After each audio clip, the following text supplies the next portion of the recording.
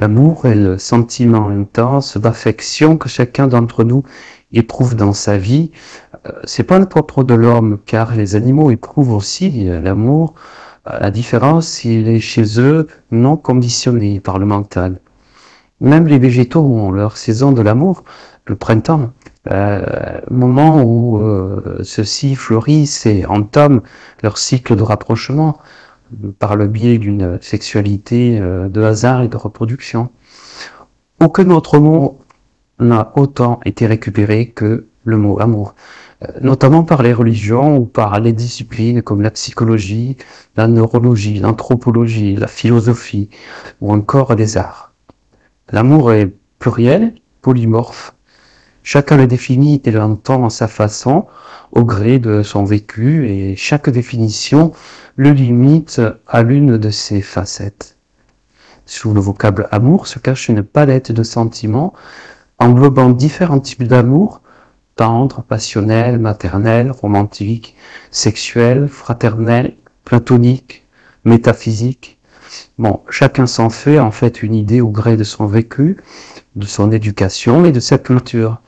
Mais il constitue pour tous, en général, un appel irrésistible. Chaque être étant unique, chacun le ressent, l'envisage, puis le dépeint avec ses mots propres. Et justement, oui. Alors, lors de mes entretiens, de mes interviews, j'ai demandé quelle œuvre, quelle chanson, quel film ou autre chose illustrait le mieux le mot amour.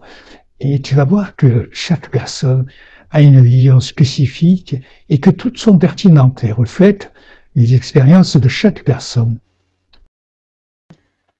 Ce qui m'émeut le plus, c'est s'approche de l'amour pour moi, d'un point de vue terrestre, c'est la musique de Chopin. Cette musique me fait pleurer, elle incarne l'amour, à la fois puissant mais triste aussi. Par contre, quand je prends la musique de Bach, je ressens l'amour au sens métaphysique du terme. Avec Bach, on n'est plus vraiment dans la passion, mais dans la sagesse, la sérénité, l'au-delà. Et depuis quelques années, la musique de Bach me coupe le souffle, parce qu'elle est pour moi la quintessence de l'amour.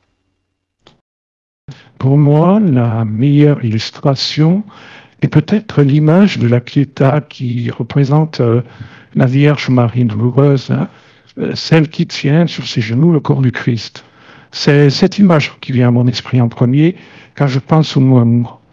Parce qu'il y a beaucoup je trouve, d'émotions, en plus de la beauté de l'œuvre de l'artiste. La Pietà, c'est une mère qui vient de perdre son enfant, et quoi qu'il fait cet enfant, la mère est là avec son amour. C'est l'exemple qui se rapproche le plus de ce que devraient ressentir les humains, sans jugement, sans condition. L'amour me fait aussi penser au boléro de Ravel, entre musique et danse. Et je trouve cette œuvre qu'elle arrive à relier l'amour, la vie et la passion. L'amour me fait penser à la comédie musicale Roméo et Juliette.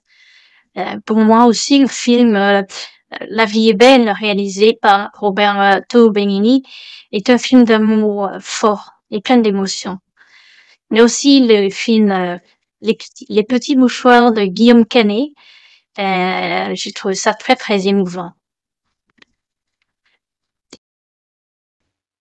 L'amour m'évoque la chanson de John Lennon, Imagine, ou Les tournesols de Van Gogh. Dans les deux cas, il y a de l'optimisme, soit par la lumière dans le tableau, soit par le vœu universel de la chanson.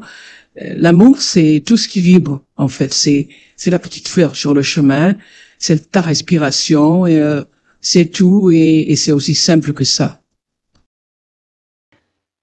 Parfois, des êtres humains exceptionnels de passage sur Terre nous montrent la puissance de l'amour et de la vie, de l'importance de l'unité.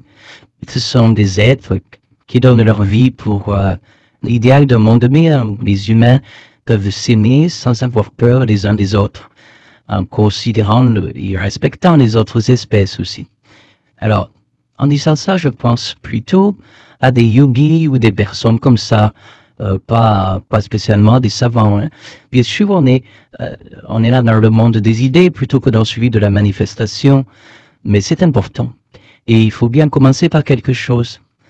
Ces êtres-là montrent des chemins vers un monde plus juste, car s'il y a un monde injuste, c'est bien celui des hommes. Chaque mot est trop limitatif pour parler de l'amour.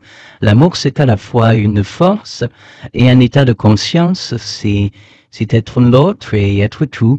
En même temps, l'amour ne peut pas s'exprimer avec une approche mentale, car dire que l'amour c'est tout revient à ne dire rien du tout, quoi. Le mental, hélas, passe à côté de la profondeur de l'amour.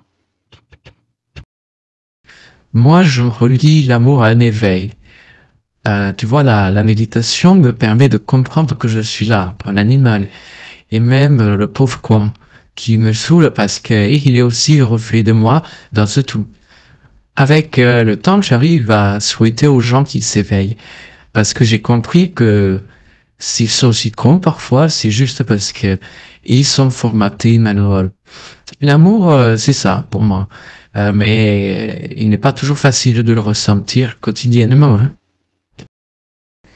Et oui, c'est intéressant, hein, parce que tu vois que chacun a son idée et sa représentation de l'amour. Et ça prouve que c'est quelque chose de pluriel, hein, de polymorphe.